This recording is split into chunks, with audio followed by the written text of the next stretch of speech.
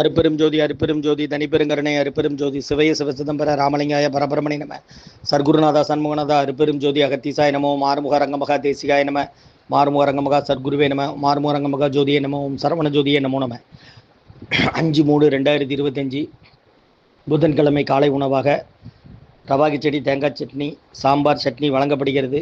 இன்றைய அன்னதான உபயதாரர்கள் உயர் திரு ரகுபதியா பானுமதி அம்மா குடும்பத்தார்கள் மூளைக்கரைப்பட்டி அவர்கள் மகன் ராம்குமாரன் ஜானகி தம்பதியர்கள் குழந்தைகள் அக்ஷய் சகானா அவங்க இருக்கிறது யோசிய கொலம்பஸில்.